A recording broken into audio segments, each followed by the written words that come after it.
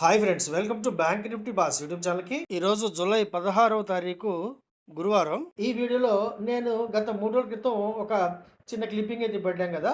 So ఆ stock అది రత్నం లాంటి స్టాక్ అనమాట. ఆ స్టాకు ఆ కంపెనీ చేసేదేమో డ్రోన్ బిజినెస్.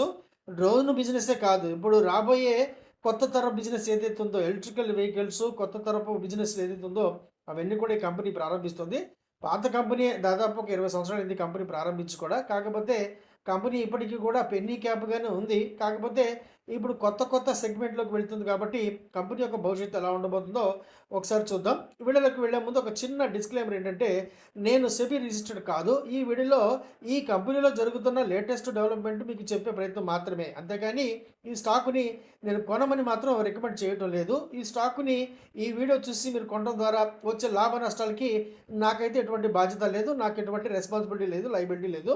అది గమనించండి. ఇక ముందుకు వెళ్దామా? ఇప్పుడు డ్రోన్ టెక్నాలజీ, డ్రోన్స్ గురించి మనం కొత్తగా చర్చించుకోవాల్సిన అవసరం ఏమీ లేదు కదా.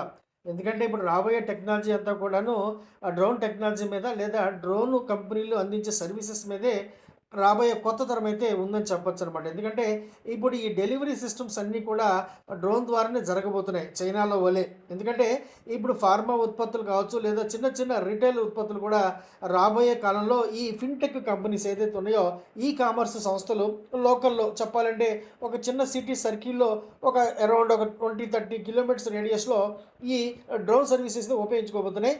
ఈ మధ్యనే ఆంధ్రప్రదేశ్తో ఒక అతిపెద్ద డ్రోన్ కంపెనీ అయితే ఒప్పందం కుదుర్చుకుందనమాట. వాళ్ళు మెడికల్ సర్వీసెస్, ఫార్మా ఉత్పత్తులు అయితే మన డోర్ డెలివరీ, మన ఇంట్లోకి వచ్చి వాళ్తుంది డ్రోను. దాని ద్వారా మనకు కావాల్సిన మెడిసిన్స్ తీసుకుంటాం. సో ఈ టెక్నాలజీ అయితే రాబోతుంది. సరిగ్గా ఈ కంపెనీ అదే బిజినెస్లో ఉంది. డ్రోన్ టెక్నాలజీ, డ్రోన్ మ్యానుఫ్యాక్చరింగ్, అలాగే వాటి సర్వీసెస్. అలాగే ఈ కంపెనీ చాలా గొప్ప భవిష్యత్తు ఉన్నటువంటి మోటార్ సైకిల్ రంగంలోకి, ఎలక్ట్రికల్ మోటార్ సైకిల్ రంగం అన్నమాట. వీటిలో చాలా అత్యాధునికమైన ఫీచర్స్ కలిగినటువంటి ఈ మోటార్ సైకిల్స్ ఈ మధ్య ఈ మోటార్ సైకిల్స్ విభాగంలో దాదాపు 6 నుండి ఒక 8 మోడల్స్ అయితే ప్రవేశపెట్టడం జరిగిందనమాట. అంటే మన హోండా యాక్టివా టైపులో, అలాగే ఈ బజాజ్ కంపెనీ దరిదాపుల్లో, యమహా కంపెనీ దరిదాపుల్లో ఈ ఎలక్ట్రికల్ వెహికల్స్ కూడా ప్రవేశపెట్టడం జరిగిందనమాట. ఈ ఎలక్ట్రికల్ వెహికల్స్ రంగం మాత్రం చాలా గొప్ప భవిష్యత్తు అయితే మనకి చూపిస్తుంది. ఎందుకంటే ఇప్పుడు దాదాపు ప్రతి దేశం కూడా ఈ ఆల్టర్నేటివ్ రిసోర్సెస్, ఎనర్జీ రిసోర్స్లకి కన్వర్ట్ అవుతున్నాయి. ఈ పెట్రోల్, డీజిల్ ఈ విభాగంలో మాత్రం చాలా వరకు కూడా రాబోయే కాలంలో మోడల్స్ బాగా తగ్గిపోవచ్చు. రానున్న కాలంలో మాత్రం మోటార్ సైకిల్స్ విభాగంలో ఈ ఎలక్ట్రికల్ వెహికల్స్కి అయితే చాలా పెద్ద ఎత్తున డిమాండ్ అయితే ఉండబోతుందని చెప్పి మనం ఒక అంచనా రావచ్చు. ఎందుకంటే ఇప్పటికే ఆల్రెడీ టీవీఎస్ ఈ టూ వీలర్ సెగ్మెంట్లో అంటే ఐక్యూబ్ అనే ఒక మోడల్ అయితే విడుదల చేసింది కదా, చాలా పెద్ద సక్సెస్ అయింది. సో అదే విభాగం, అదే మోడలు, అదే రకమైన మోటార్ సైకిల్ మనకి టూ వీలర్ కావచ్చు, అలాగే లేడీస్కి ఉపయోగపడే వెహికల్స్ అని కూడా ఒక 30-40 వేల రూపాయలు తక్కువలో వస్తున్నాయి అనుకోండి. మన దేశంలో కాస్త చౌకైన మోడల్స్కి విపరీతమైన డిమాండ్ అయితే ఉంటుంది. సరిగ్గా ఆ కాన్సెప్ట్ని ఈ కంపెనీ పసిగట్టిందని చెప్పవచ్చు. అందువల్ల ఈ కంపెనీ తాలూకు యొక్క అన్ని మోడల్స్ కూడా మార్కెట్లో లీడింగ్ బ్రాండ్స్ ఉన్న ధరలతో పోలిస్తే దాదాపు 30-40 వేల రూపాయలు తక్కువలో లభ్యమవుతున్నాయి. కాబట్టి ఇది చాలా ఈజీగా ఒక మార్కెట్ షేర్ని అయితే కనుక క్రియేట్ చేసుకోగలదు అనిపిస్తుంది. 2007లో ఈ కంపెనీ అయితే ప్రారంభమైందనమాట. మొదట్లో ఈ కంపెనీ ఇండియా బుల్స్తో జాయింట్, అంటే వాళ్ళ పార్ట్నర్షిప్తో ఉండేదనమాట. ఇండియా బుల్స్ యొక్క ట్రేడింగ్ యాప్ కూడా గుర్తుందా మీకు? అలాగే ఫైనాన్స్, లీజింగ్ ఇన్ని వ్యవహారాలు ఉండేవి. ఆ తర్వాత ఆ కంపెనీతో విడిపోయిందనమాట. విడిపోయి రతన్ ఇండియా ఎంటర్ప్రైజెస్గా మారింది. ఇది రతన్ గ్రూప్లో ఉంది. రతన్ పవర్ కూడా ఉందనమాట. 2-3 స్టాక్స్ అయితే ఉన్నాయి. అసలు ఈ కంపెనీ మొదట ప్రారంభించినప్పుడు సోఫియా పవర్ కంపెనీ అని చెప్పి ప్రారంభించారు. ఆ తర్వాత నెమ్మది నెమ్మదిగా పేరు మారి ఇప్పుడు రతన్ ఇండియా ఈ పేరుతో అయితే స్థిరపడిందని చెప్పొచ్చు అనమాట. ఇప్పుడు ఈ కంపెనీ ఈ అనేక రకాలైనటువంటి ఈ బిజినెస్లోకి ఎంటర్ అవుతుందన్నమాట. ఈ కామర్స్ బిజినెస్లోకి ఎంటర్ అయింది. అలాగే ఈ వాలెట్ అంటే డిజిటల్ ఫైనాన్స్ ఉంటుంది కదా, పర్సనల్ లోన్స్. అలాగే వీళ్ళ దగ్గర వెహికల్స్ కొనాలనుకోండి మీరు, వాళ్ళ వెహికల్స్ మీద వాళ్ళే ఫైనాన్స్ ఇచ్చేస్తారు. వేరే వేరే చోటకి వెళ్ళకుండా, అంటే ఫైనాన్స్ కంపెనీలకి, బ్యాంకులకి, చిన్న చిన్న బ్యాంకులకి ఉంటాయి కదా అవుట్లెట్స్లో, ఈ షోరూమ్స్లో ఉంటారు కదా వీళ్ళు ఏజెంట్స్, వీళ్ళ ద్వారా వెళ్ళకుండా ఈ కంపెనీ తన వెహికల్స్కి ఫైనాన్స్ కూడా అందజేస్తుంది. ఇలా డైవర్సిఫైడ్ బిజినెస్ అయితే ఈ కంపెనీ ఉందని చెప్పొచ్చు. ఈ కంపెనీ పూర్తి పేరు Ratan India Enterprises. At present అయితే రూ. 32 రేంజ్లో ఉందన్నమాట. కంపెనీ మార్కెట్ క్యాపిటల్ పర్వాలేదు, 4,506 కోట్లుగా ఉంది. ఆర్ఓఈ లేదా ఆర్ఓసిఈ అంత గొప్పగా ఏమీ లేవు. కాకపోతే బుక్ వాల్యూ బాగానే ఉంది. దాదాపు రూ. 6 ఉంది. నిజం చెప్పాలంటే ఆర్ఓఈ చాలా దారుణంగా ఉంది. మైనస్‌లో ఉంది. -20 ఉందంటే కొంచెం డేంజరే. కాకపోతే ఇప్పుడు కొత్తగా కంపెనీ అనేకమైన కొత్త తరపు బిజినెస్‌లోకి వెళ్తుంది కాబట్టి మనం కాస్త నమ్మవచ్చు, ఆశించవచ్చు. ఫేస్ వాల్యూ మాత్రం రూ. 2 ఉంది. డివిడెండ్ పే చేసిన హిస్టరీ అయితే లేదు. కాకపోతే ఈ కంపెనీ అట్ ప్రెజెంట్ ఈ సంవత్సరపు హైయెస్ట్ నుంచి ఏకంగా 50% డిస్కౌంట్ అయితే దొరుకుతుంది. లోయెస్ట్‌కి దరిదాపులో ఉందని చెప్పొచ్చు. లోయెస్ట్ కూడా రూ. 24 కాబట్టి పెద్దగా రిస్క్ అయితే లేదు మనకి. కాకపోతే మిగతా టెక్నికల్స్ కూడా ఒకసారి చూద్దాం. ఈ స్టాక్ అయితే ఈ సంవత్సరపు హైయెస్ట్ నుంచి ఎగ్జాక్ట్‌గా 50% అయితే పడింది. ఇప్పుడు కూడా కొంచెం కరెక్షన్‌లోనే ఉంది. కాకపోతే ఒక రూ. 28, రూ. 26 లేదా రూ. 30 దగ్గర మాత్రం కొంచెం స్ట్రాంగ్ సపోర్ట్ అయితే రావచ్చు. ఎందుకంటే ఈ మధ్య ఈ కంపెనీ మరొక కొత్త మోడల్ అయితే రిలీజ్ చేసిందనమాట. టూ వీలర్‌లో మన హోండా యాక్టివా ఉంది కదా! ఆ టైప్‌లో ఒక motor cycle two wheeler vehicle అయితే లాంచ్ చేయడం జరిగింది. అలాగే కొన్ని కామర్స్ ఉత్పత్తులు అంటే చిన్న చిన్న రిటైలర్స్ సిటీ లోపల సరుకులు పెట్టుకొని వెళ్ళడానికి కూడా మంచి స్పేస్‌తో ఈ మధ్య తయారు చేస్తున్నారు కదా! అటువంటి వెహికల్స్ కూడా ఉన్నాయి కాబట్టి ఈ కంపెనీ కొంచెం నిలదొక్కుకుంటుందేమో అనిపిస్తుంది. డిసెంబర్ 2025 క్వార్టర్‌తో పోలిస్తే మార్చి 26 క్వార్టర్ బాగా తగ్గింది. సేల్స్ బాగా తగ్గినాయి.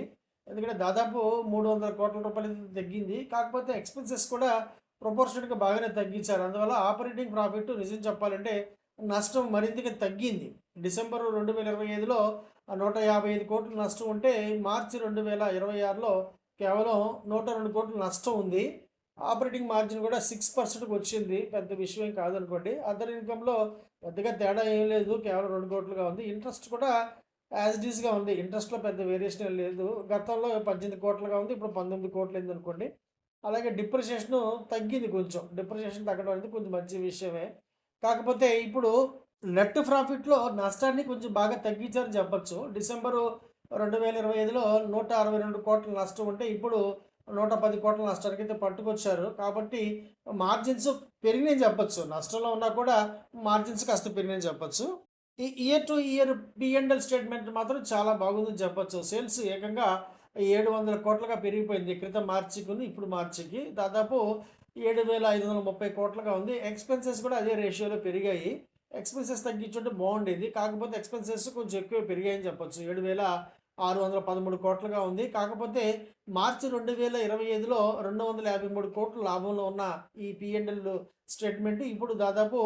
83,00,00,000 నష్టంకి వచ్చింది. ఇది కేవలం ఎక్స్‌పెన్సెస్ పెరగడం ద్వారా వచ్చిన నష్టం అనమాట. ఎక్స్‌పెన్సెస్ మేనేజ్ చేసుకోగలిగితే ఈ కంపెనీకి మంచి లాభాలైతే ఉండవచ్చు. ఓపీఎంలో పెద్దగా తేడా లేదు. మైనస్‌లో వెళ్ళిపోయింది. అదర్ ఇన్‌కమ్ కూడా బాగా తగ్గింది. క్రితం 10,00,00,000 ఉంటే ఇప్పుడు 8,00,00,000 అయింది. ఇంట్రెస్ట్ కూడా బాగా తగ్గించారని చెప్పొచ్చనమాట. కేవలం 74,00,00,000గా ఉంది. డెప్రిసియేషన్ కూడా కొంచెం తగ్గించారు. ఇప్పుడు డెప్రిసియేషన్ దగ్గర దగ్గర 14,00,00,000గా ఉంది. ప్రాఫిట్ బిఫోర్ టాక్స్ మాత్రం లాస్ట్ టైము రూ. 152,00,00,000 లాభంలో ఉన్నది. ఇప్పుడు ఏకంగా 163,00,00,000 నష్టం అయితే కనిపిస్తుంది. టాక్స్ అయితే ఎందుకో మరి బాగా తగ్గింది. 2% టాక్స్ పే చేశారు. ఒకవేళ ఏదైనా స్కీమ్ గవర్నమెంట్ స్కీమ్ అని అప్లై అయిందేమో తెలీదు మనకి. అలాగే నెట్ ప్రాఫిట్ కూడా ఇప్పుడు మైనస్‌లో ఉంది. మైనస్ 166,00,00,000గా ఉందనమాట. సో, ఓవరాల్‌గా బ్యాలెన్స్ షీట్ అంత కంఫర్ట్‌గా ఏం లేదు. కాకపోతే కంపెనీ కొత్త బిజినెస్‌లోకి వెళ్తుంది కాబట్టి ఈ సంవత్సరపు బ్యాలెన్స్ షీట్ అద్భుతంగా ఉండే అవకాశం ఉందని మనం భావించవచ్చు. ఈక్విటీ క్యాపిటల్‌లో ఏం మార్పు లేదు. సేమ్ ఉందనమాట. 276,00,00,000గా ఉంది. రిజర్వ్స్ బాగా తగ్గాయి. దాదాపు 156,00,00,000గా తగ్గిందని లెక్కేసుకోవచ్చు. బారోయింగ్స్ పెరిగాయి. 1,100,00,00,000గా అయిందనమాట. ఇప్పుడు అదర్ లయబిలిటీస్ కూడా పెరిగాయి. 902,00,00,000గా అయిపోయింది. సో, టోటల్ లయబిలిటీస్ 2,770,00,00,000గా ఉంది. ఫిక్స్డ్ అసెట్స్‌లో సేమ్ ఉంది. యాజ్ ఇట్ ఈస్‌గా ఉంది. 262,00,00,000గా ఉంది. అలాగే ఇన్వెస్ట్‌మెంట్స్ కూడా తగ్గాయి చెప్పాలంటే యాక్చువల్‌గా. కాకపోతే అదర్ అసెట్స్‌లో బాగా పెరిగాయి. ఒక 300,00,00,000 పెరిగింది కాబట్టి మనకి టోటల్ అసెట్స్ కూడా కంఫర్ట్‌గానే ఉందని చెప్పొచ్చు. 2,771,00,00,000. ఈ షేర్ హోల్డింగ్ ప్యాటర్న్ మాత్రం చాలా బాగుందని చెప్పొచ్చనమాట. ప్రమోటర్ వాటానే ఏకంగా 75% ఉంది. అలాగే ఎఫ్ఐఎస్ ఉన్నారు ఇందులో. ఎఫ్ఐఎస్ దాదాపు 6% ఉన్నారు. డిఐఎస్ కూడా 0.8%, 0.08% చెప్పొచ్చు. పబ్లిక్ కేవలం ఒక 20% ఉన్నారు. గవర్నమెంట్ కూడా ఉంది. అదర్స్ అంటే గవర్నమెంట్ అనమాట. 0.1% ల్యాండ్ ఇచ్చుంటారు. దానికి ప్రపోర్షనేట్‌గా ఇచ్చుంటారు. సో, ఎఫ్ఐఎస్ డామినేషన్ ఉంది ఇందులో. అంటే ఒక 6%. ప్రమోటర్ మాత్రం పర్ఫెక్ట్‌గా 75% ఉన్నారు కాబట్టి మనకి ఎటువంటి ఇబ్బంది ఉండదు.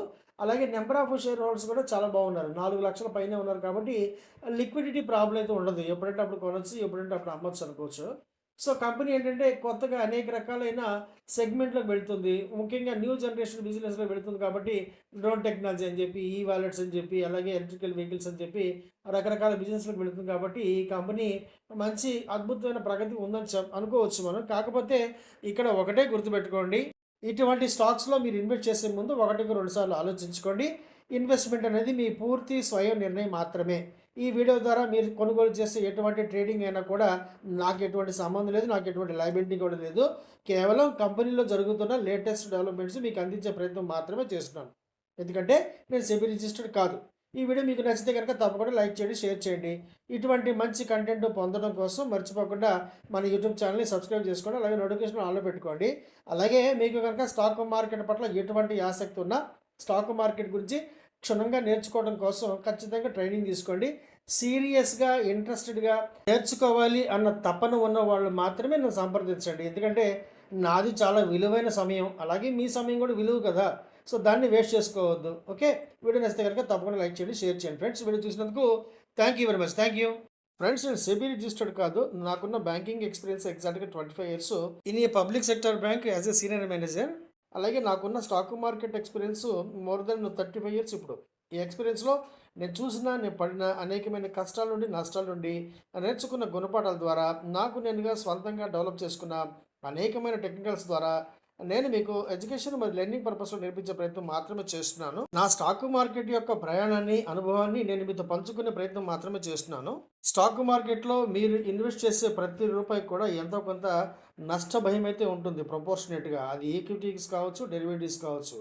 అందువల్ల ఆప్షన్స్ ట్రేడింగ్ చేసేవాళ్ళు ఖచ్చితంగా ట్రైనింగ్ అయితే తీసుకోవాల్సి ఉంటుంది.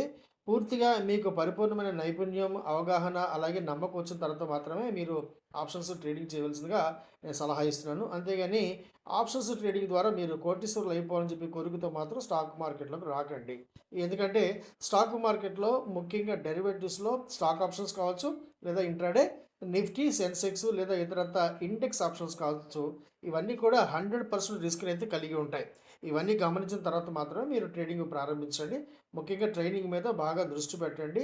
అలాగే నన్ను కాంటాక్ట్ చేయాలంటే ఈ టెలిగ్రామ్ ఛానల్ యొక్క లింక్ ద్వారా సంప్రదించి వివరాలు పొందవచ్చు. వీడియో నచ్చితే కనుక తప్పకుండా లైక్ చేయండి, షేర్ చేయండి. అలాగే మర్చిపోకుండా సబ్స్క్రైబ్ చేసుకొని నోటిఫికేషన్ ఆన్‌లో పెట్టుకోండి. ఫ్రెండ్స్ వీడియో చూసినందుకు thank you very much. Thank you.